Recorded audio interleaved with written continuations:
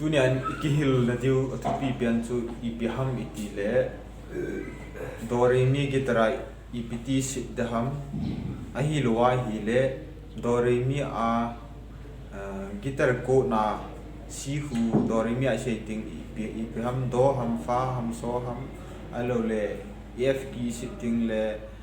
so ham fa ham ipiham hichu in head thim lo di a hin koi tapang music hung lu tha tir basic yong hello lai ho chen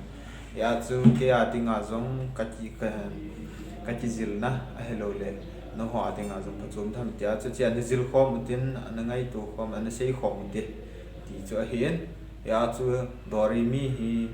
a b c d e f g a chi ham c d e f g a chi ham ti zong in a head thim lo zong yu di a hin koi tapang hung ke pan tha til ho tinga chu tu lai music thêm ta mi tam pi tam tan ho da di ma cha hi pun ten yong le ho a tinga zil lai hi bin ya chu ke pan til hi ji wa chu he thim lo lai ho ding le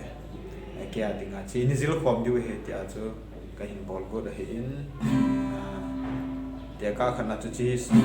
si he gitar kia do re mi a chu se ting fa ham so ha ya ti chu he thim lo in tam di ho he ke pan til ho chen ya chu chi hi gitar kia chu si he do re mi a se ting la do a he da na chu ken ka a he do re mi ka hin sam ding gitar kia he do re mi chu ki to chu na ka hin sim ding a he chi na na vet ka wa o hi chi do re mi a so chu hi gitar a chi ki dan he do re mi a fa chu gitar hi chi ki hi dan hi ti chu he thim ne di wa hello lai te dinga chom chai hin bo yu hin tin ki pa do do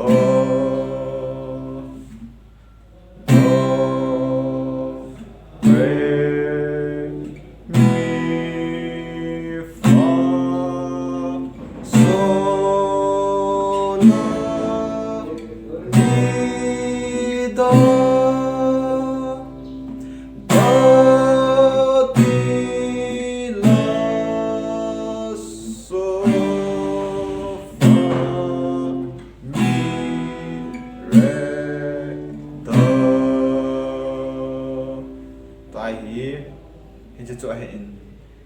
in tha bol ki nge khat do re mi fa so la ti do do do ti la so fa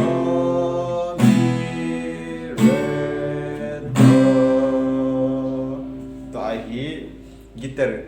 ka sit ding ka o a zong ka hin se de gitar kia si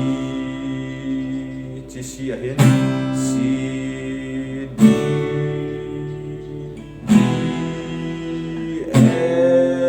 f g a b c c b a z F U B C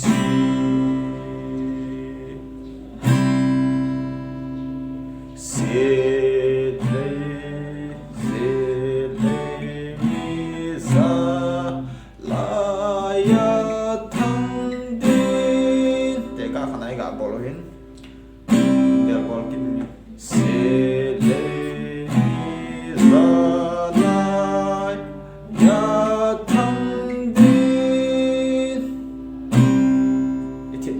tiếng sẽ bỏ thiếu hết